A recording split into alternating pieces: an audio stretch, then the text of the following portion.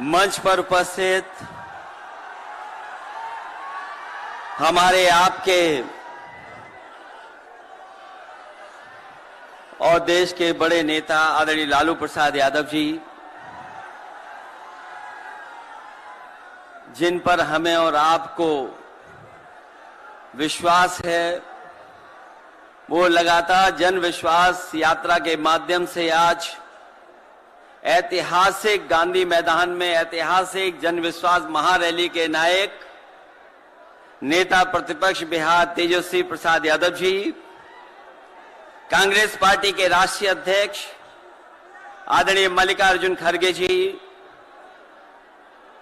राहुल गांधी जी, आदरणीय राबड़ी देवी जी, महासचिव सीपीएम सीताराम येचुरी जी, डी राजा साहब, सीपीआई एमएल दीपांकर भट्टाचार्य जी, केसी वेणुगोपाल जी, जनाब अब्दुल बरी सिद्दीकी साहब, तेज प्रताप यादव जी और मंच पर उपस्थित बड़ी संख्या में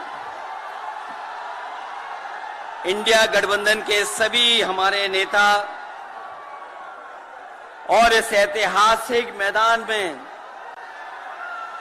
उपस्थित बिहार की महान जनता, पत्रकार साथियों, मैं सबसे पहले तेजस्वी जी को और उनके दल को बहुत बहुत बधाई देना चाहता हूं।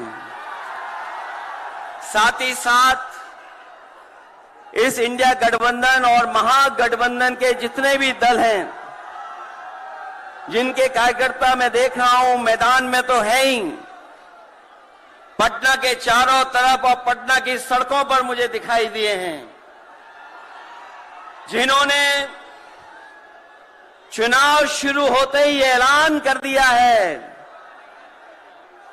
कि अगर उत्तर प्रदेश 80 हराओ का नारा दे रहा है,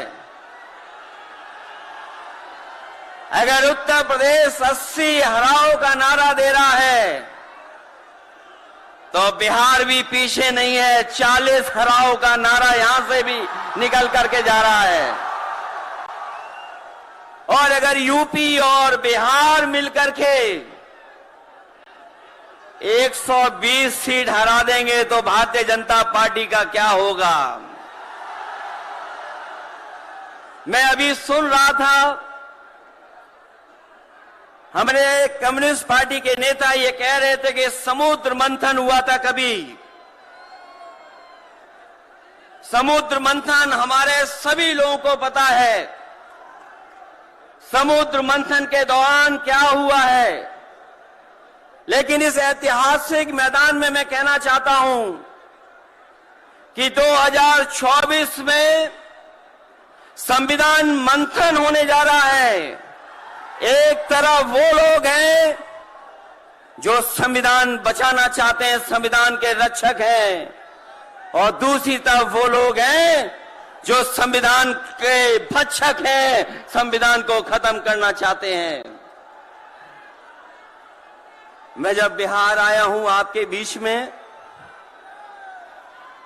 जब मैंने अखबार उठा करके देखा तो एक युवती ने जान दे दी। एक बेटी जो परीक्षा में दे करके आई थी, क्योंकि परीक्षा को रद्द कर दिया गया, पेपर लीक हो गया,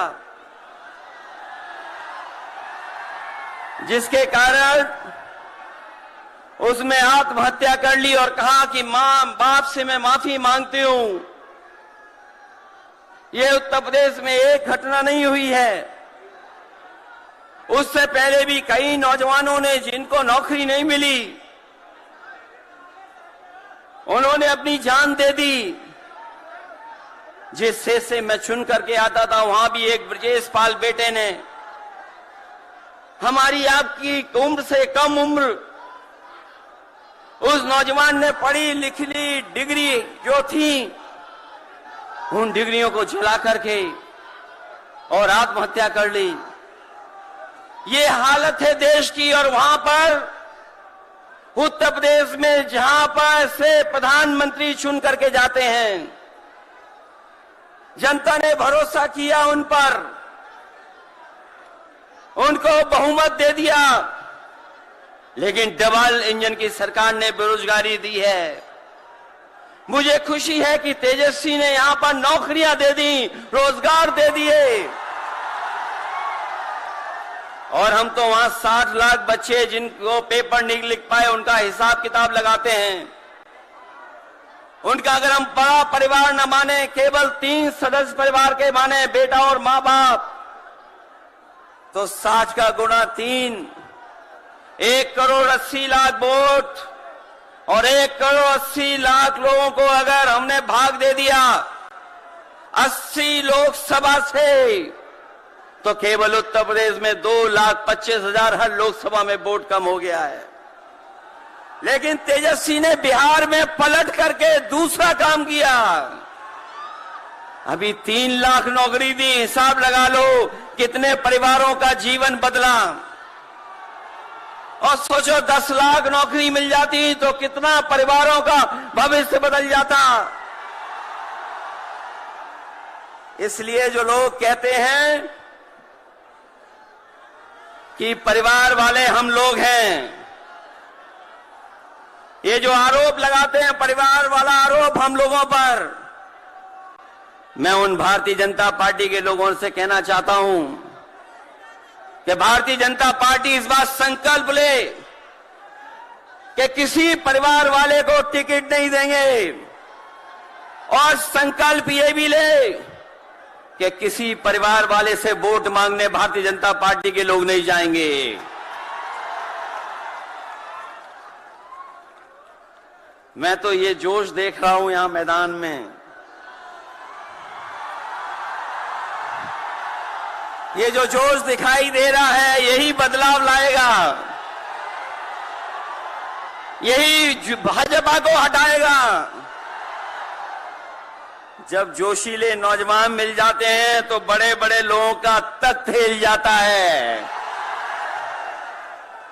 तो इस बार उन्हें आप बाहर करोगे कि नहीं करोगे? पहली सूची बीजेपी की आ गई, उस सूची में बिहार बाहर है, बिहार नहीं है उसमें। इसलिए बिहार से वो बाहर जाने वाले हैं, यूपी वाले भी बाहर कर रहे हैं उन्हें।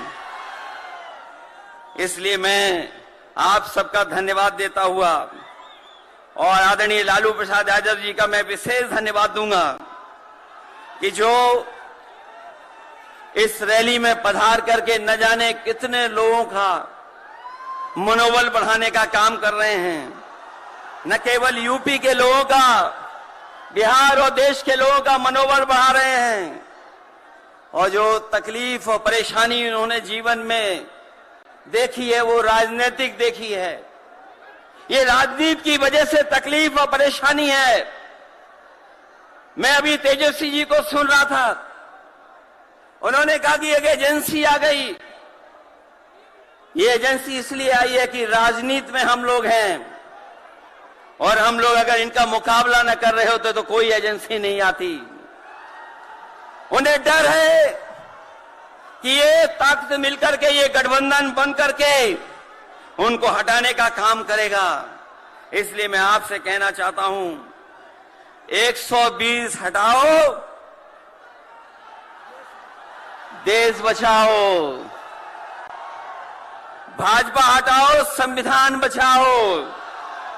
भाजपा हटाओ, देश बचाओ। भाजपा हटाओ, आरक्षण बचाओ। भाजपा हटाओ, नौकरी पाओ। भाजपा हटाओ, संकट मिटाओ। मैं इन्हीं शब्दों के साथ मैं सभी लोगों का बहुत बहुत धन्यवाद और आभार प्रकट करना चाहता हूं, इस उम्मीद और इस भरोसे के साथ कि जब कभी हम लोग अगली बार मिलेंगे तो ये डबल इंजन की सरकार बाहर होगी, यूपी से लेकर के बिहार तक भारतीय जनता पार्टी बाहर होगी। बहुत बहुत धन्यवाद आपका। शुक्रिया अखिलेश भाई।